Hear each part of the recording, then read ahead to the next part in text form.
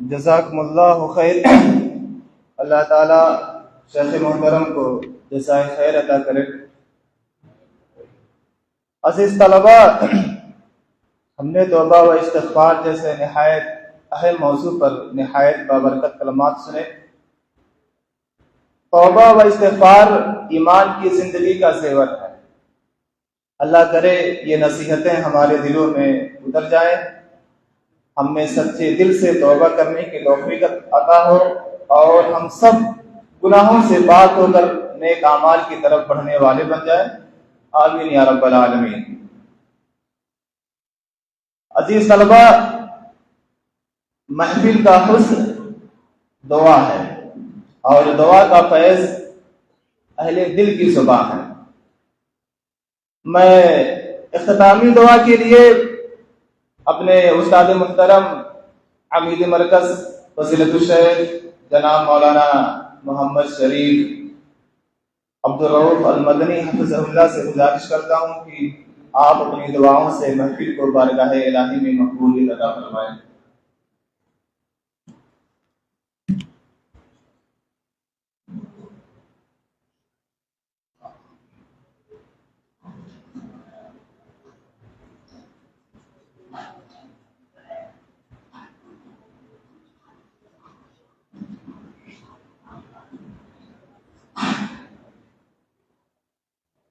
الحمدللہ رب العالمین والصلاة والسلام علی اشرف الانبیاء والمرسلین نبینا محمد بن عبداللہ وعلی آلہ وصحبہ اجمعین وبعد۔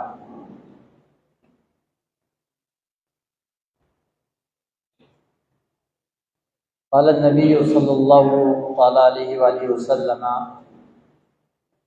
ان اللہ يقبل توبۃ العبد ما لم يغرر۔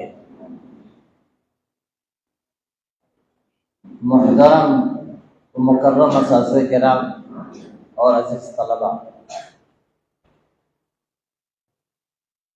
آپ حضرات سماعت فرما رہے تھے توبہ اور استغفار کے موضوع پر چند واقعات حدیث کی روشنی میں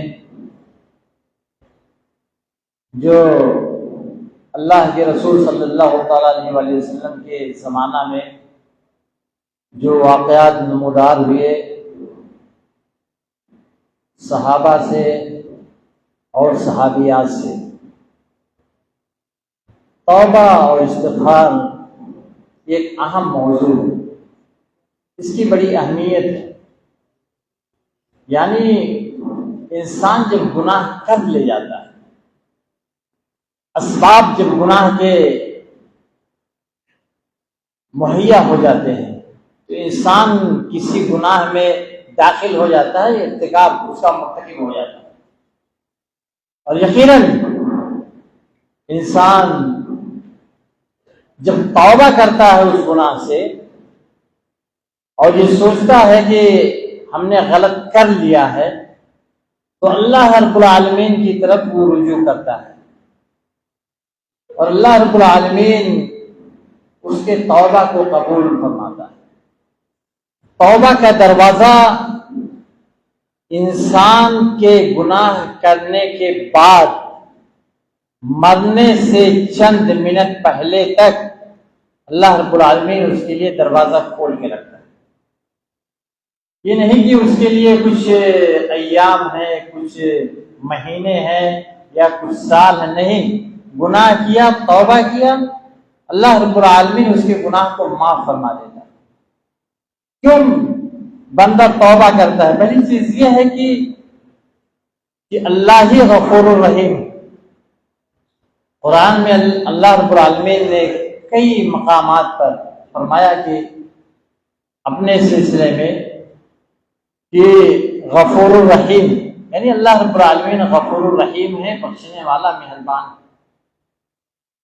تو انسان کے لیے وہ توبہ کا دروازہ کھلا رہتا ہے کہ جب تک انسان بستر پر نہ پڑ جائے اور اس کا آخری سانس نہ چلے، اس وقت تک اللہ رب العالمین، اس بیچ میں انسان جب اللہ رب العالمین سے توبہ اور استغفار کر لیتا ہے تو اللہ رب العالمین اس کے گناہ کو ختم کر دیتا ہے، معاف فرما دیتا ہے۔ اس کے شروط ہیں جو شیخ نے بیان فرمایا ہے، شروط کے ساتھ اللہ رب العالمین اس کے گناہ کو معاف فرما دیتا ہے۔ اور انسان گناہ کر لیتا ہے اور اللہ رب العالمین سے معافی طلب کر لیتا ہے تو گویا کہ وہ گناہ سے پاک ہو جاتا ہے، وہ گناہ سے الگ ہو جاتا ہے، گناہ سے دور ہو جاتا ہے۔ اسی کو اللہ رب العالمین نے فرمایا کہ ان الحسنات یذہبن السیئات، یہ نیکیاں برائیوں کو ختم کر دیتی ہیں۔ شرط یہ ہے کہ انسان اللہ رب العالمین سے تعلق جوڑے، شرط یہ ہے کہ اللہ رب العالمین کی طرف انسان جھکے، شرط یہ ہے کہ اللہ رب العالمین کی طرف رغبت کرے۔ صحابہ کرام کے جو واقعات نمودار ہوئے ہیں توبہ اور استغفار کے تعلق سے، آج ضرورت ہے کہ لوگوں میں بیان کیا جائے، واضح کیا جائے کہ وہ صحابہ کرام تھے کہ کبھی گناہ ہو گیا تو کس طرح سے انہوں نے رجوع کیا، اور ہم اور آپ ہیں، انسان ہیں، لوگ ہیں جو گناہوں کی طرف بڑھ رہے ہیں، گناہوں کی طرف چل رہے ہیں۔ گناہ کرنے کے لیے اسباب ان کے زمانے میں جب مہیا ہوتے تھے تو گناہ ہو جاتا، اور ہماری حالت کیا ہے کہ ہم خود اسباب مہیا کرتے ہیں گناہ کرنے کے لیے۔ بڑا فرق ہے کہ ان کے لیے اسباب اگر مہیا ہو گئے گناہ ہو گیا، اور ہم لوگ اسباب مہیا کرتے ہیں گناہ کرنے کے لیے، بڑا فرق ہے دونوں۔ اس زمانے میں اور اس زمانے میں بڑا فرق ہے کہ ہم اسباب مہیا کر کے گناہ کرتے ہیں۔ تو اللہ رب العالمین دروازہ کھول کے رکھا ہے تائب کے لیے، توبہ کرنے والے کے لیے، اللہ کی طرف رجوع کرنے والے کے لیے۔ فمن تابا، جس شخص نے توبہ کیا، وآمن وعمل عملا صالحا، جس شخص نے توبہ کیا، اللہ رب العالمین کی طرف رجوع کیا، اللہ پر ایمان لے آیا اور عمل صالح کیا، تو اللہ رب العالمین نے فرمایا حقیقت میں وہی انسان اللہ رب العالمین سے توبہ کرتا ہے۔ تو ہم آپ حضرات سماعت فرما رہے تھے توبہ استغفار کے موضوع پر، اس کی بڑی اہمیت ہے۔ انسان گناہ سے پاک صاف ہو جاتا ہے جب اللہ رب العالمین کی طرف رجوع کر لیتا ہے، اللہ رب العالمین سے توبہ کر لیتا ہے، اللہ رب العالمین سے معافی مانگ لیتا ہے، اللہ رب العالمین کے سامنے شرما اٹھتا ہے۔ یہ اللہ رب العالمین ہے جو اپنے ہاتھ کو کھول کے رکھتا ہے کہ بندہ توبہ کرے، اس کے توبہ کو قبول کرے۔